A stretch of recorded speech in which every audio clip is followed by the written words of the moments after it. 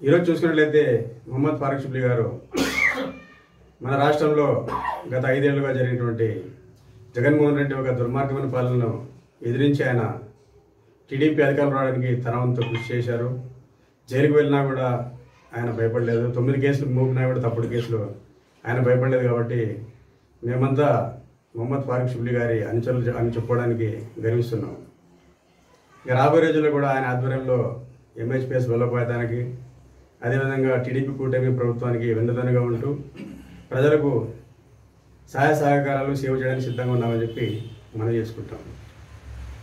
ముఖ్యంగా ప్రస్తుతం చూసుకున్నట్లయితే గత 5 ఏళ్లుగా ఒక అరాచక పాలన, గుండాగిరి పాలన ముగిసి ఒక ప్రజాప్రభుత్వం ఏర్పడిన శుభ సందర్భంలో మరి గత వైఎస్ఆర్ పార్టీ నాటిన విష బీజాలు, గంజాయి మొక్కలు, ఈ యొక్క రౌడీ ముఠాలు ఇంకా బతికే ఉండడం అనేది చాలా బాధాకరం.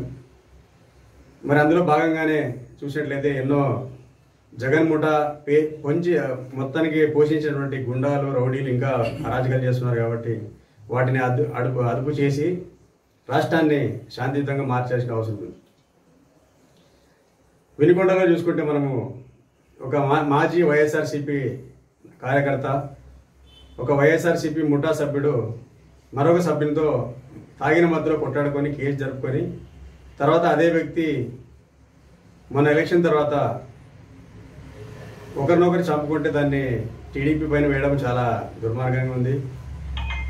మరి జగన్మోహన్ రెడ్డి గారు నెల పైన అయిపోయింది ఓడిపోయి, ఆయన అసెంబ్లీకి ఒకసారి వెళ్ళి మళ్ళీ వెళ్ళలేదు.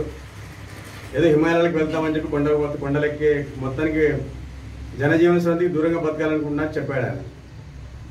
సడన్లీ ఏమైందో వినుకొండలో ఒక శవం కనిపించేసరికి ఆయన ప్రాణంలో ఇచ్చింది, ప్రజల మధ్యకి వచ్చాడు. అంటే ఒక శవాన్ని చూడకపోతే తప్ప జగన్మోహన్ రెడ్డికి చలనం కదలదా? ఒక శవాన్ని పెట్టుకోకపోతే ముందు ఈ యొక్క వైఎస్ఆర్సీపీ పార్టీ బతికి పట్టగట్టదా అని చెప్పి ఈరోజు ఎంహెచ్పిఎస్ తరఫున ప్రశ్నిస్తున్నాం.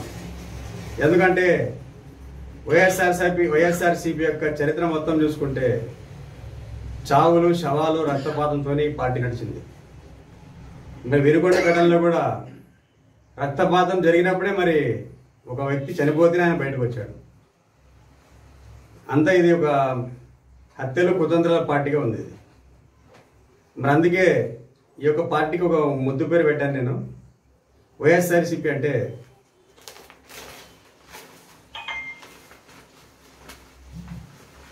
ఇదే పేరు.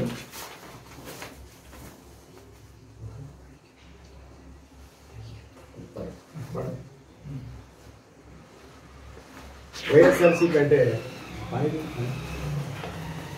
వై అంటే ఎల్లప్పుడూ, ఎస్ అంటే శవ, ఆర్ అంటే రాజకీయ, సి అంటే చేసే, పి అంటే పార్టీ. ఎల్లప్పుడూ శవ రాజకీయాలు చేసే పార్టీ వైఎస్ఆర్సీపీ అని నేను ముందు పేరు పెడుతున్నాను. నచ్చిన మీరు కూడా ఈ పేరు ప్రొనౌన్స్ చేయొచ్చు. సో ఎందుకు ఈ పేరు పెట్టాల్సి వచ్చిందంటే ఒకటే కారణం. 2009లో మాజీ ముఖ్యమంత్రి వైఎస్ రాజశేఖర రెడ్డి గారు హెలికాప్టర్ పేలి ప్రమాదంలో చనిపోతే ఆయన పార్థివ దేహం నేల మీద పడినప్పుడు పుట్టుకొచ్చిందే వైఎస్ఆర్సీపీ పార్టీ.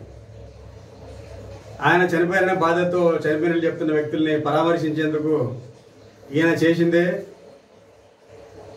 పరామర్శ యాత్ర, మొత్తం ఓదార్పు యాత్ర.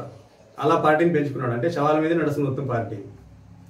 మరి 2014లో ఏ శవం దొరకలేదు కాబట్టి ఓడిపోయినాడు పాపం. తర్వాత ఏమైంది, 2018లో కోడికత్తి, ఎవరో ఒక దళిత యువకుడు కత్తితో పొడవడానికి కోడికత్తితో పొడిస్తే రక్తం పారించి, అదొక డ్రామా అనమాట. దాని రక్తం పారించి సానుభూతి పొందినాడు.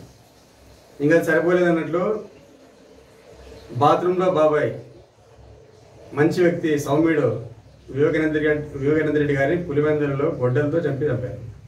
మరి పులివెందులో దూరి చంపేద్దాం మనవాడు ఎవరు ఉన్నారు చెప్పండి. మరి ఆ రక్తపాతాన్ని ఏమని చెప్పారంటే నారాసుర రక్త చరిత్ర అని చెప్పారు. మరి జరిగింది ఏంటి? చివరకు ఈ యొక్క వైఎస్ఆర్సీపీ ఎంపీ అవినాష్ రెడ్డికే ఈ యొక్క కేసు చుట్టుకున్నది. మరి ఆయన కాపాడింది ఎవరు? అది పక్కన పెట్టేస్తే మరి జగన్మోహన్ రెడ్డి గారు మరి వైఎస్ వివేకానంద రెడ్డి గారి హత్య అంటే ఆయన శవాన్ని ముందు పెట్టి 2019 ఎలక్షన్స్ గెలవడం జరిగింది. ఇది ఈ యొక్క శవరాజకీయాల పార్టీ చేసిన పని. తర్వాత ఎంతోమంది చనిపోయారు, దళితులు కావచ్చు, ముస్లింలు కావచ్చు పాలనలో. అప్పుడు ఈయనకి ఏమీ గుర్తు రాలేదు, కార్యకర్తలకు అన్నం దొరకలేదు, వాలంటరీ వ్యవస్థ తెచ్చి కార్యకర్తలు కడుపు కొట్టాడు. అప్పుడేం ఈయన కనపడలేదు కార్యకర్తల కష్టాలు. ఇప్పుడు ఎవరో ఒక మర్డర్ జరిగిపోతే కార్యకర్తలు ఏమో జరిగిపోతుందని చెప్పి ఆయన కన్నీరు కాల్చుకున్నాడు. ఎంత హాస్యాస్పదం చూడండి ఒకసారి. అసలు 5 ఏళ్ళు కార్యకర్తలు పట్టించుకోకున్న వ్యక్తి జగన్మోహన్ రెడ్డి 5 ఏళ్ల పాటు కాంట్రాక్టర్లు కూడా ఆత్మహత్య చేసుకున్న దుస్థితి ప్రపంచంలో ఎక్కడుంది? ఆంధ్రలో ఉంది. ఏ కార్యకర్త ఈయన కింద సంతోషంగా లేడు, ప్రజలు సంతోషంగా లేరు. కాబట్టి ఇంత చిత్తుగా ఓడిపోయిన 151 సీట్లు పోయి లాస్ట్కి 11 మిగిలినాయి. మీరు ఇలాగే చేస్తే ఆయనకు నెక్స్ట్ ఎలక్షన్లో 11 పోయి ఏ 1, 2 మిగిలే పరిస్థితి ఉంటుంది. కాబట్టి ఇప్పటికైనా జగన్మోహన్ రెడ్డి గారు బుద్ధి తెచ్చుకోండి. మీ యొక్క ఎల్లప్పుడూ శవరాజకీయాలు చేసే పార్టీ తీరు మార్చుకోకపోతే ప్రజలు మీకు మీ యొక్క పార్టీకి పాడగట్టి మీ పార్టీని ప్రజలే సమాధి చేసే పరిస్థితి త్వరలో వస్తుంది. కాబట్టి ఇప్పటికైనా రాష్ట్ర సంక్షేమం కోసం ముందుకు రండి. ఈ యొక్క శవరాజకీయాలు పక్కన పెట్టండి. ఢిల్లీలో ధర్నా చేస్తారంట. ఢిల్లీలో ధర్నా ఎందుకు చేస్తారంట అంటే ఒక మర్డర్ జరిగింది కాబట్టి ఢిల్లీలో ధర్నా చేస్తారంట. మరి అంత దమ్మున్న వ్యక్తి ఢిల్లీలో ప్రత్యేక హోదా కోసం ఎందుకు ధర్నా చేయలేదు? అప్పుడు దమ్ములు సాగలేదా? మరి సింగల్ సింహం, మరి రాయలసీమ యొక్క ప్రయోజనాల కోసం, రాయలసీమ ప్రత్యేక ప్యాకేజ్ కోసం ఎందుకు ఫైట్ చేయలేదు? అప్పుడు ధర్నా ఎందుకు చేయలేదు? ఇదంతా డ్రామా అన్నమాట. అంతా పార్టీని బతికించుకోవడానికి, చెప్పడానికి ఏం లేదు. అసెంబ్లీకి ఎగ్గొట్టడానికి ఢిల్లీకి పారిపోయిన వ్యక్తి జగన్మోహన్ రెడ్డి. కాబట్టి ఖచ్చితంగా రాబోయే రోజుల్లో ఈ యొక్క జగన్మోహన్ రెడ్డి గారి నిజ స్వరూపము డ్రామాలు ప్రజలు తెలుసుకుంటున్నారు. కాబట్టి ఖచ్చితంగా ఈ పార్టీ అంతం కావాలని చెప్పి ఈ పార్టీని అంతం చేసి ప్రజలు ప్రశాంతంగా ఈ యొక్క శవరాజకీయాలు లేని రాజకీయాలు, స్వచ్ఛమైన రాజకీయాలు రావాలని చెప్పి కోరుకుంటున్నాము. నా పేరు నూర్ అహ్మద్, మైనారిటీ హక్కుల పరిరక్షణ సమితి ఆంధ్రప్రదేశ్ రాష్ట్ర కార్యదర్శి. ధన్యవాదాలు.